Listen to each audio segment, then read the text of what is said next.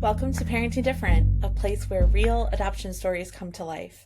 My name is Anna Bernacki, and this is the Parenting Different podcast. Welcome to the Parenting Different podcast. Today we have a very special guest I am very excited about. This is my adopted brother here, Jon DeWitt. So Jon and I grew up in the same home. We are not biologically related, but we were both adopted into the same family. So this is kind of funny. We have never talked about our adoptions together. So you're hearing the raw and honest truth here in the raw conversation. We obviously knew we were adopted. We grew up learning, a little bit about our stories. Both of us had completely closed adoptions. So our information was very limited, but we really didn't know anything about each other's story, I don't think. And adoption was talked about in our home growing up, but not really the details surrounding our each individual unique story. And we were just kind of like, oh, we're all adopted. Okay. And that was a fact. And that was that. So tell us a little bit about yourself. What do you know about your adoption story? Because I think I'm going to hear this for the first time too. So just introduce yourself, a little bit about your adoption story, just like the summary, and then where you're at now and what you do now. Sure. So it's actually really funny. I actually don't know a whole lot. This is something that comes up pretty frequently because if and when the topic comes up that I am an adoptee, people ask me, well, what do you know about it? And the truth is not a whole lot. I only know that like we had what do you call it? Like a foster. I don't know if you did, but I did We had the for like a same certain foster period. parent. And I don't think you know was that. it Yeah, we had the same foster parents. Yeah, you and I did. interesting? The ones that would visit? Yep. Interesting. Okay. So Yeah. I never even really like was clear on that. But the Yeah. point is I knew that they are like the people who took care of us very early on. And I know that um like there was circumstance surrounding the adoption, like basically tough times sort of thing. That was sort of the story told. Um and beyond that, I didn't really know a whole lot. I know that I was recently talking to a friend, which weirdly enough, this sort of thing came up, and they told me that they remember a specific time when I was probably, I don't know, 14 or 15, where I was like, I guess, really curious about it. And it was probably maybe a form of like escapism because at the time I was fantasizing a lot about being somewhere else and doing something different. So that seemed like, oh, maybe there's something different that could be or could have happened, but never really pursued that. And then honestly didn't think about it for a really, really, really long time. And then a friend of mine that I had met had found out some interesting things about their upbringing that kind of got me curious again. I was like, huh, like I'm sure there's paperwork for some of this somewhere. And what I ended up finding out is that, and obviously this would apply in your case as well, but before a certain year, I guess in the state that we're from, there wasn't really much of a record keeping requirement. So other than like very initial, we'll call it like birth related documents, I don't have really any sort of information or concrete stuff. Um, like I'm still curious about it. I just haven't had the time, I guess, to dedicate to it. It's because it's really to me just more of a point of curiosity than like information that's actionable, right? Like I don't really have still to this day any real desire to like reach out or connect with these people. I'm very easy to find. Uh, so I always had this weird idea of like, hey, if it mattered to them, it wouldn't bother me.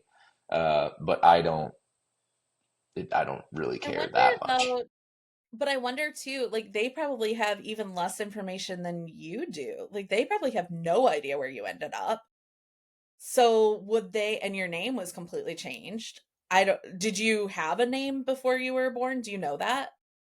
I don't No, know if you that were even the named. things, yeah, the thing that I would like, basically the same document that would tell me that sort of thing is like the same sort of document that would accompany like a birth, like the real birth certificate and like some other things that you can only get from there. Um, Yeah, I don't have my real birth certificate or the original birth certificate, but I had a letter that was written and like came with me from my birth mom, and that had my original name. So that's the only reason I know my original name. Interesting. So I have a similar sort of document, like a similar sort of letter. Really? I have, yeah, I have a couple pieces of information. It's just, it's so limited. I mean, it's like a total of maybe three pieces of paper, uh, that tell any of the story I know. Like I said, it's only enough to know, like, we'll call it like, what's the next step on the quest? Like, if I wanted to go and get the rest, like, I am to this point, like, the next level would be here, and I have to like literally travel to do it. So, Yeah. Well, I don't know if you ever heard the story of how I figured out who my birth mom was I had a senior picture and I noticed that there was whiteout on the back. And so I scratched off the whiteout and I was able to see her a name. senior picture? Mhm. Like Oh, senior like of your birth mother. Mhm. Wow. Yeah, and That's I kind of an scratched the interesting whiteout. artifact in general, right? Like, Yeah. 'cause I have no idea what my parents look like. That itself is a point of curiosity. Yes. Yeah. And then I was kind of disappointed. I have the same nose as her, but otherwise I don't look like her at all, which was always kind of disappointing to me because I wanted to look like her. And then again, when I met my dad way later, I was like, ah, there we go. His DNA was strong, apparently. But I didn't really look like her a whole lot. We grew up in the same home. We obviously knew like being adopted was not a secret. It was something that was talked about, it was celebrated, but it also wasn't like our individual stories and our unique needs and personalities weren't really acknowledged, right? Like it was still of the mindset you get a clean slate because we were so young when we were born. And so I think they kind of assumed nurture over nature, that nurture would just take over and make us who we are. And I think that caused both of us to have very different childhoods and kind of create it because we were supposed to conform, right? And I think it's interesting because you and I are only 2.5 years apart, and we didn't really ever know each other. We didn't really, I remember a few times playing with you as young kids, but we Do you were just remember the do you remember young. the onion harvesting? Yes, of course I That's do. that's that's a That's like my strong only memory for memory. me. It's same with me, and I feel like it's one of the only memories I have. That, and I remember we did like a play or something in the basement before it was finished. Like when the basement was still like gross. There Um, was like 10 different things. That thing's been a restaurant, a post office, like you're everything you right. can think of. You're We've right. had it operating in there before. Those are the only things I really remember, especially like middle school, high school. You and I didn't, I mean, we coexisted, I guess, but we didn't really have anything to do with each other outside of the fact that we were raised in the same home, which is so interesting because now we're really close. But I think it took us being adults and finding ourselves and finding our own identities in order to kind of reconnect and be like, oh yeah, I actually do like you and you are kind of cool. And so now we're close. We were raised in the same environment, but internally our worlds were very, very different. What would you say to adoptive parents who assume that if things look peaceful on the outside, their child is still feeling insecure? Because I think, why did you need that? Why did you have that desperation for logic? Because you were feeling insecure. If we look back, I know I had major attachment issues, and I think you did as well. Kind of made a interesting point, like earlier that before we started doing this, right? Before the show, like We had some great there's a points to certain get amount of recorded. yeah, that's that such is life, right? But I think with any sort of like conflict like that, like you have to feel like on some level, like whatever it is that it is you're dealing with or sitting at or whatever is something that's like valid and actually is important. I think is like Yeah. the most concise way to put it. Like there are definitely people that I knew when I was a kid. Interestingly enough, it was not really my parents, but they kind of like they had good conflict sense, if you will, that could sort of just tell something was going on and just sort of make it a topic. But the thing is, the reason they brought it up wasn't because they were going to try to problem solve for it or like really do anything about it. They just knew I needed to be able to be like, hey, this is how I feel about it. And they'd be like, all right, that's fine.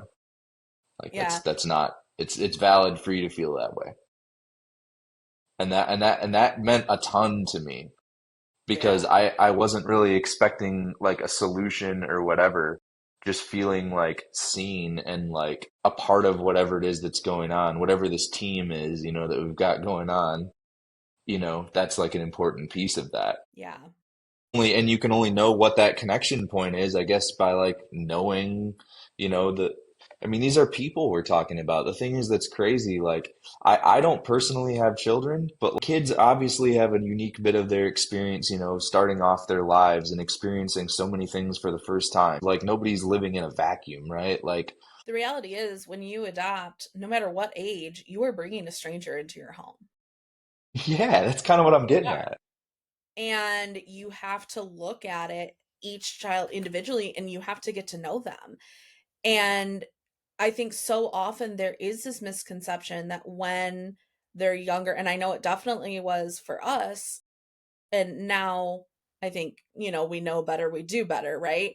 And now science has proven this to be true, but there was the misconception that we were blank slates because we were infants. The reality is, you and I both have a similar story that we were taken from the only sound, smell, sight that we knew, right, was our birth mom. That's all we ever knew. We were taken from that straight to foster care, where we were probably starting to build some sort of attachment and then ripped out of that and put into another home.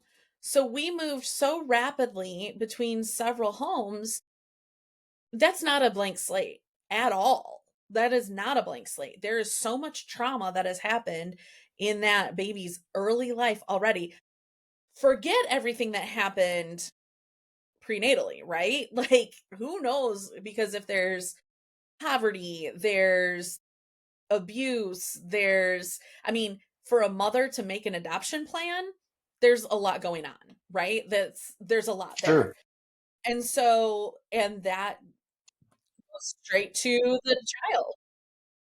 Even in a perfect world, right? Where like there's nothing traumatic about the adoption. It's like you're still not going to be able to make a copy of yourself. You're that's Yeah. not what that is. That it's just not the facts of it. So, like I said, these little people, that are one day going to be just like you, like they're like somebody else. It's like so, and there has to be some like acknowledgement and knowledge of that, I guess, and embracing of that because it's like you're not going to be able to stomp that out. That's what it is. Absolutely. Yeah. So So I don't know. how how would a home look with adoptive parents creating an emotionally safe place where kids don't have to perform or explain or hide parts of themselves? Obviously, yes, you have strong personalities. Like, I have a very strong personality. You have a very strong different personality. We had a lot of personality in that house. And that is going to create conflict, right?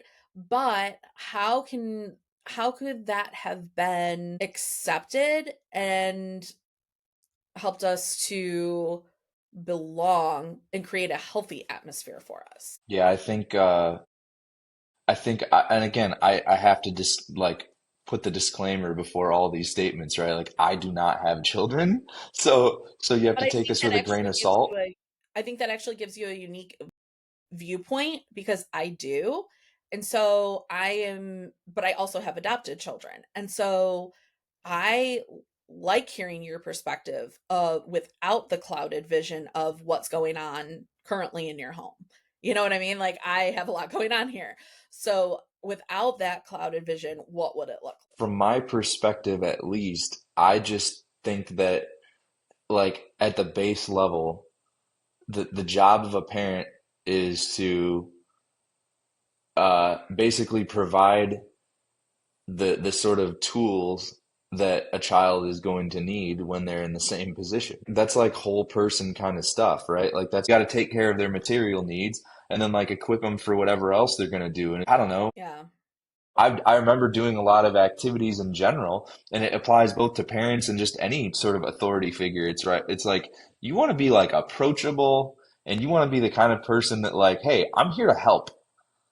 I'm not here to try to make sure that like your experience looks a certain way or acts a certain way. Like I want success for what you're trying to do. And that's like even if you think about like an adult relationship, it's like the people that I go to when I need advice or that have the ability to like speak into my life and be like, "Hey, I think something's going on, dude. What's happening right now?" kind of thing. Those are also the people that are invested the most in my success and don't want anything in return for it. And vice versa is Yeah. true. And I think all that stuff that's true in life is still true in parenting. It just, these are your kids, you know what I mean? Specifically. Right. Well, and I think in adoption, it's more glaring, right? It's more glaring that this is different than what you thought it would be. And I think this too goes back to, especially if you are adopting due to infertility. I think it's so important that you fully grieve your infertility because adoption is not a replacement for infertility. It just isn't, and it can't be. And so you have to fully grieve that infertility and let that go because adoption is different. It's not just this is another way that we're going to I think so often it's presented like, oh, like when I went through infertility, oh, just try IVF, just try this, just do that, just adopt. It's not just adopt. These are people who do not share your DNA, who are wildly different, and you will be disappointed if you go into it with the expectation that this is going to fulfill all of your dreams of being a parent because adoption is different. And so I think too, you have to work through that before you have a child and change your expectations.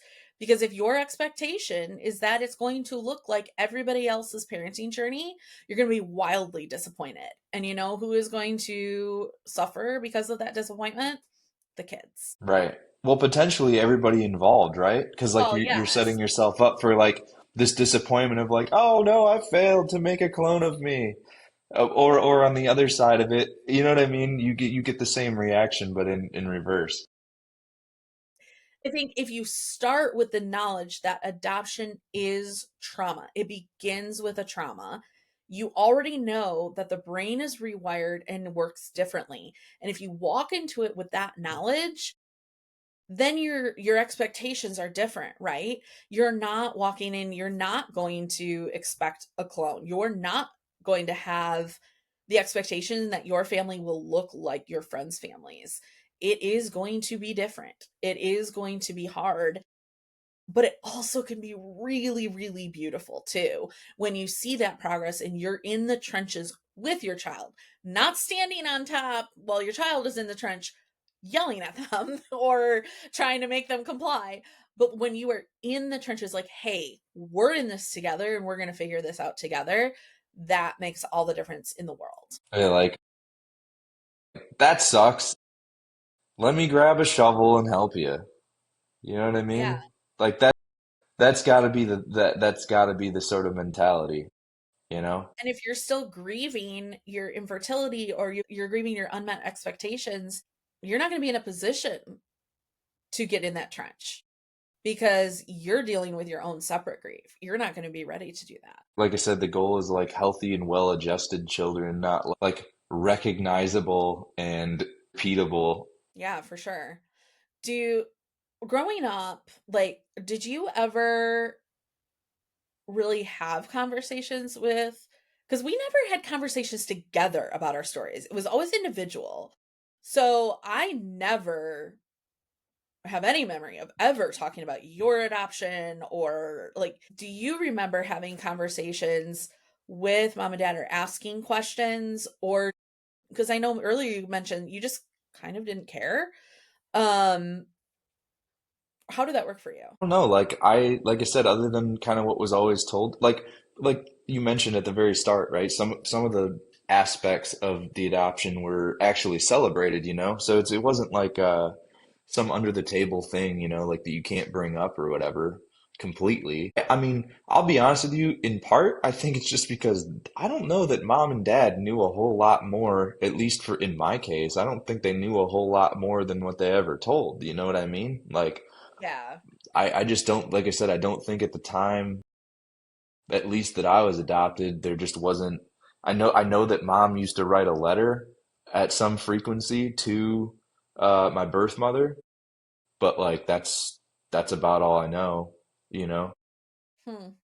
Yeah. I don't, it's not like I have the reply to that letter. I don't know if there ever was one. Like I said, I just don't know. But I think even aspects of that, like, those are conversation pieces. You know what I mean? Like, I wrote a letter, we didn't get a response, or we did get a response, or, I mean, because, yeah, when we were adopted, things were so, like, information was almost non existent. And that's no one's fault but the policymakers, right? But I Yeah, think, like that's just what it was at yeah, the it time. just is what it is. But I think there are, like, for me, I needed to know every single detail of everything. So Like I I'll go needed, so far as to say I'll even say I think that what I was provided and even what I have now is probably more than most would have for like my age or my generation, like you said, like being before a lot of this policy caught up to reality, right? I don't know. I've met people who were adopted that know literally nothing. yeah, So I don't know. yeah. Do you even know I don't. birth mom's name or anything? Yeah, I do actually. Oh, okay. That's I didn't know, not like a full name. I don't have like a last name or anything that would but you like have a help me first. find her, but I Yeah. know in theory what her first name is. Okay. Interesting. Yeah, but also that's so weird too. And maybe it's because we are so open in our home. We talk about stuff all the time.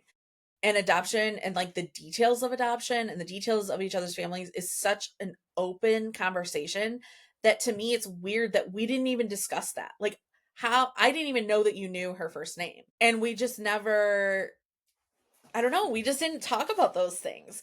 Where in our home, it's like we just, I don't know, every little detail is not, it's not a secret. And I think sometimes because our, maybe it's because I wanted those conversations so badly.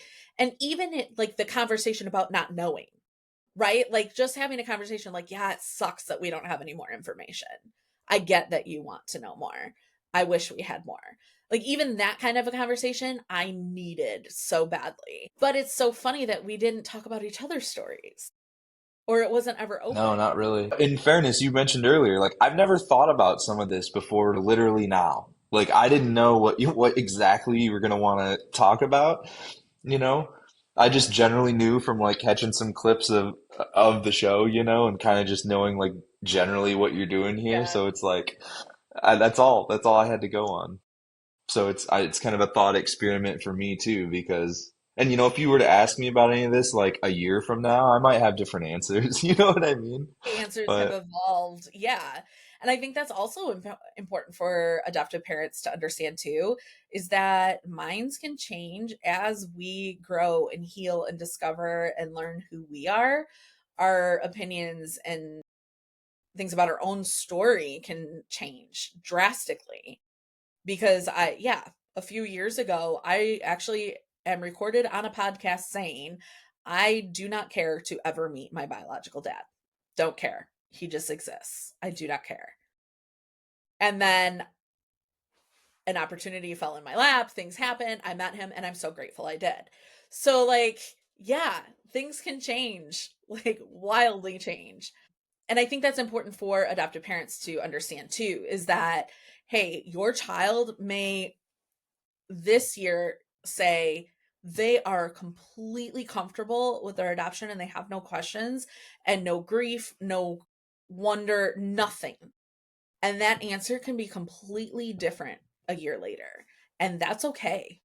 And you're going to have to ride that roller coaster with them because that's part of growing and evolving as a person. Right. And it's like with anything, if you don't like that where that is or whatever, and you want to like push change in a certain direction, it's like, well, much as you want someone else's mind to change about something, you got to be willing to like bend your mindset at least the same amount, if not more. So, Yeah. you know, Well, and even my own view of my adoption has changed drastically just being now an adoptive mom. There are places where I'm like, ooh, I give so much more grace. And there are other places where I'm like, oh, that wasn't handled right. And there's grief where I wish things had been done. And then there's other things where I'm like, that was done right. And so I think every experience that we have and every encounter that we have is going to change and evolve. There's the whole mindset. A lot of adoptees think all adoptive parents are these horrible people and they're all selfish and they all are some. Yep, sure are. But I think some are just trying to figure out what to do because they didn't have the education, which is why we're doing this right now, right? To share our story and share the insight into an adoptee's brain growing up so that they can do better for their child. I think I think that where you get your information and even what information is even available probably factors into a lot of this. We can be thankful that there's platforms like this that, you know, and people that you can actually talk to. I mean, it's not like a conversation that anybody's, you know, hiding from, you know, if you're in this sort of place talking about it. So it's good to have this kind of thing out in the open. Absolutely. And I think that is one reason, giving grace to our parents and the way that they parented us. Were there I mean there were some damaging things done, but they didn't know better, right? Like, and we can acknowledge that. And when you know better, you do better. Um and that is Yeah, the like to important be thing. told, like they got some damaging input too. You know what I Oh mean? yeah. And so did their parents and their parents before them. So like And I there's think gonna what's be some of that. so yeah, and what is so important, and this is what I really try and lead with my kids, because I've done it too, right? I've done things and said things that didn't land right, or I come back later, I'm like, ooh, that wasn't right. And so, but I think the most important thing you can do is to go to your kids directly and say, I messed that up. I'm really sorry.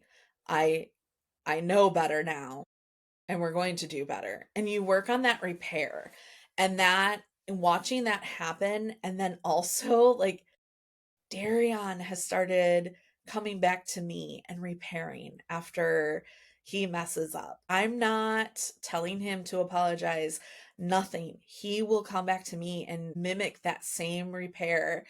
And I'm like, oh, this is beautiful because it's so important, not just for our kids' security, to learn, like, hey, not every adult is perfect. And we have conversations like that. Not all adults are perfect. Not all adults have good intentions. But when they say they're sorry, also, sorry doesn't mean anything if actions don't change.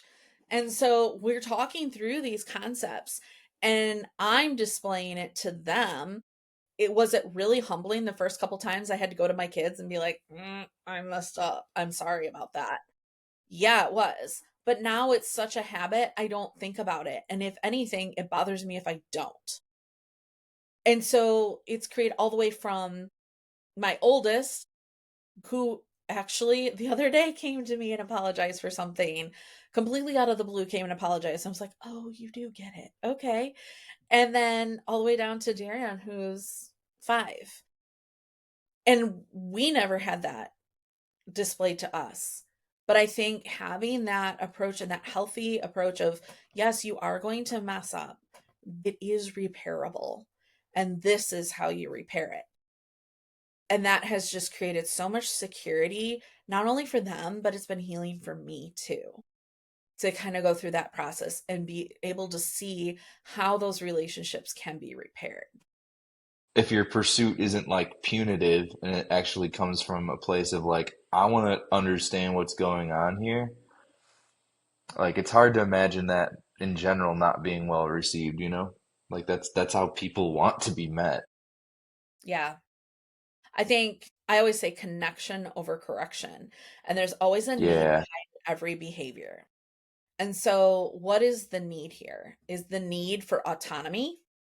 Okay, well, we can work with that. This was an inappropriate way to express that, but we can work with that. Is the need for, I mean, sometimes the need is, I need a snack. Like, let's be honest, sometimes, or is the need that they needed a hug and they don't know how to express that? But it's being able to express the need and being able to identify the need, because sometimes a child doesn't know what they actually need. They're just feeling all these big feelings. And so it's finding the need and then connecting over it. And it doesn't mean that I'm letting my kids get away with stuff. I don't let them get away with stuff at all, but I'm not punishing them. All the other day, I spilled the whole gallon of milk. I had to take a deep breath on nice. that one because they wanted to pour it themselves. I had to take a deep breath on that one. But at the end of the day, it wasn't intentional. It wasn't malicious. It was they needed autonomy. They wanted to be independent and wanted to do it on their own. And accidents happen, and that's okay. And so we move on from there. Okay, well, you made a mess. Let's clean it up together. I'm not going to make them do it all. Right. That's too much. But I'm also not going to do it all myself because they need to learn a lesson. So let's clean it up together. And I think when you're looking at it through the lens of what was the need and I need to connect with them, not push them away and isolate and punish, it just makes all the difference in the world. Yeah, like the more your kids want to open up to you, the better you know them, the better you can resolve conflict, the more trust and security there is in that relationship that it's like you're solid for them. Yeah. Well, and building that secure attachment. Attachment is so important, and a secure attachment, because I even see some of my older kids who had more experiences prior to coming to live with us, and they had like fearful attachments. So it wasn't just insecure, it was very fearful. And now how they have carried that attachment into other relationships is so unhealthy and scary and sometimes can be dangerous, where my younger ones who had didn't have as many, we're not going to say they didn't have trauma, they did, so that's not what I'm saying, but didn't have as many adverse experiences prior to coming to live with us, their attachment, and I hope that as we continue to work on those healthy attachments, that as they have relationships in the future, that they are able to develop those healthy attachments with other people, because they know what that looks like and they know how to enter. And I'm not just talking like romantic relationships, I'm friendships, relationships with teachers, like when it's led with fear, it's going to fail. It just is. Like there's no way that dynamic is going to be healthy. And so the healthy attachment is so, so important. Yeah, I just agree with everything you said there. That's correct. It just takes like for me that took a really long time to like understand and learn, you know? Like it was a very after the fact sort of unraveling of some of that. Um, but you can create that environment. Yeah. I think, and I don't want to speak for you, but like I definitely had a very fearful, unhealthy attachment style.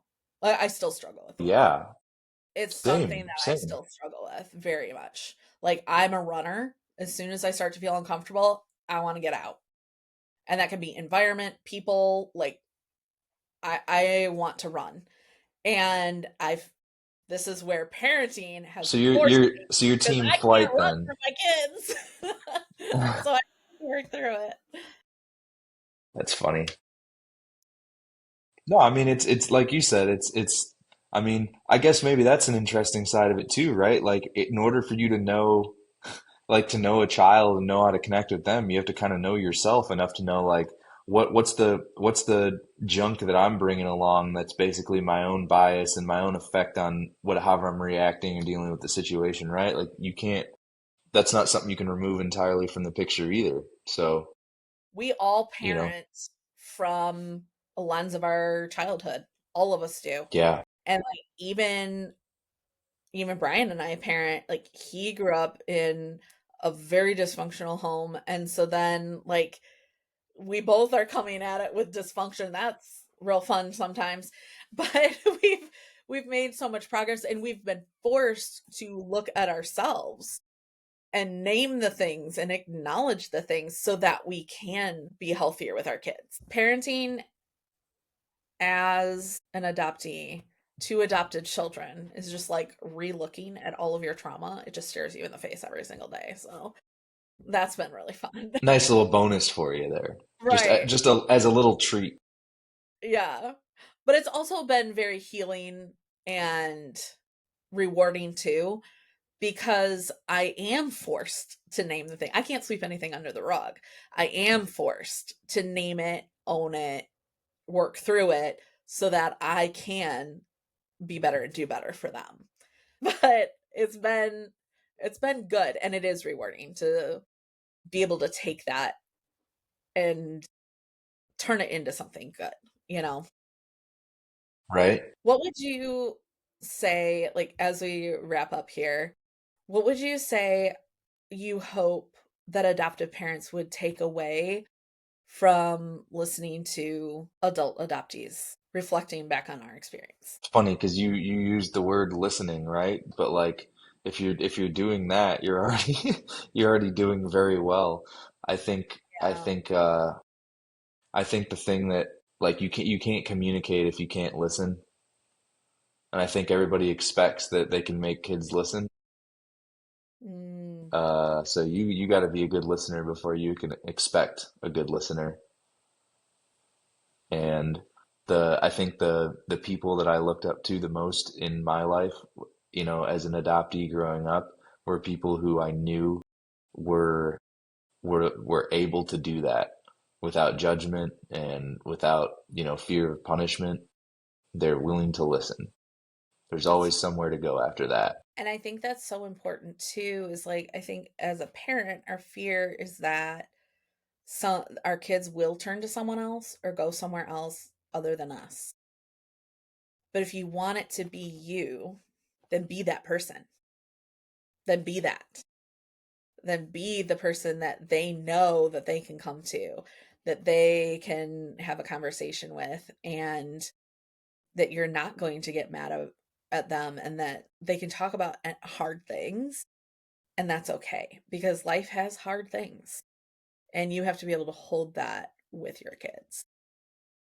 And in the end, you're interested, I would imagine, in the same outcome, right? Which is like, want you to be healthy, want you to be successful. Right. And that's like a shared common interest, right? Like it's not like something you have to like stoke yourself up about for them or whatever. It's like that's just the truth of it. Right. And And if sometimes they that know that will you're the look one willing to different. jump down, and if they know you're the one willing to jump down in the trench and be like, "Hey, bud, I know digging this hole super sucks, Yeah. but I brought another shovel, and I guess we'll just figure out how to dig it out ourselves," right? Yeah. It's like that's what you're trying to shoot for. And I think one thing that I always have said is adoptees, like adoptive parents don't need to fix things. Like we know that there are pieces of our story that are broken, are not repairable, and we can hold that. We know that. But what we can't handle is when a parent won't sit with us in that.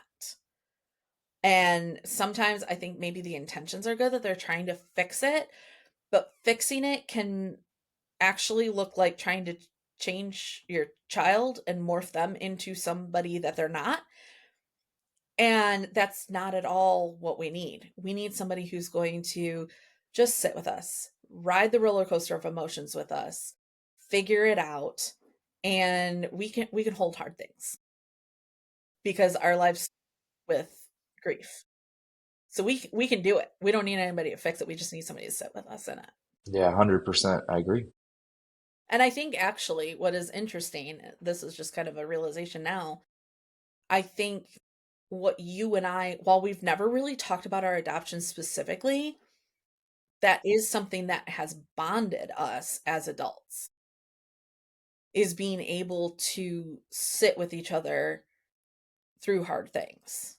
And we don't try and Yeah. fix each other, but we can sit with each other through hard things. And we know, like, I know that I can go to you with anything and I'll never get judgment, and vice versa. I think that's what has made us close as adults. And we've become that person for each other. So if you could tell an adoptive parent one thing to hold on to, like even on the hardest days when you were asking all the questions and maybe it appeared that you were being rebellious or not wanting to conform or go with the plan, what would you tell parents on those hard days to hold on to?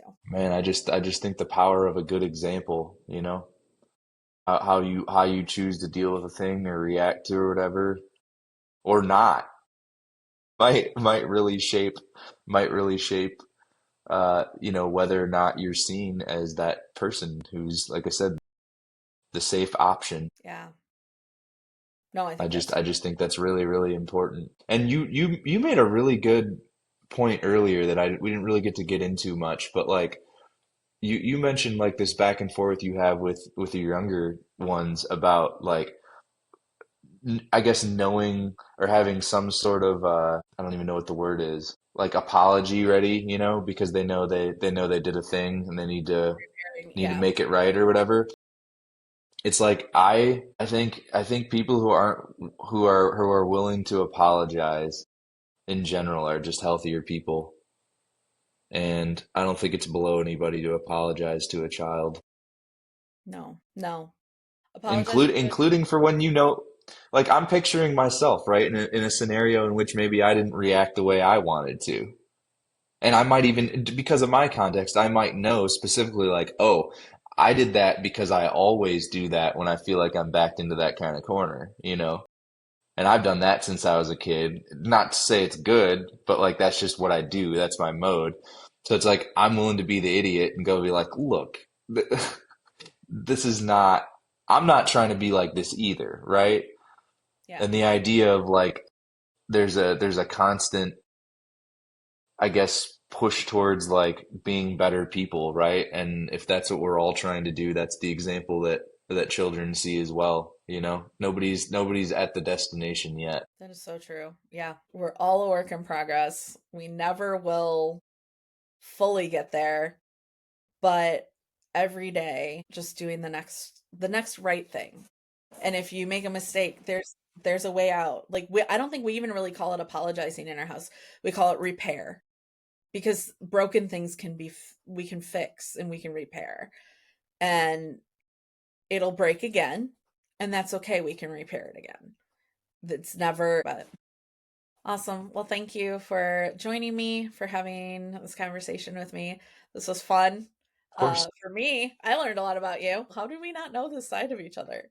But I don't know. I don't know either. Well, But here we what a are. better way to explore it though. Right. We'll just do this in our 30s then. So, Why not? all right. Well, thank you so much for joining me. And Of course.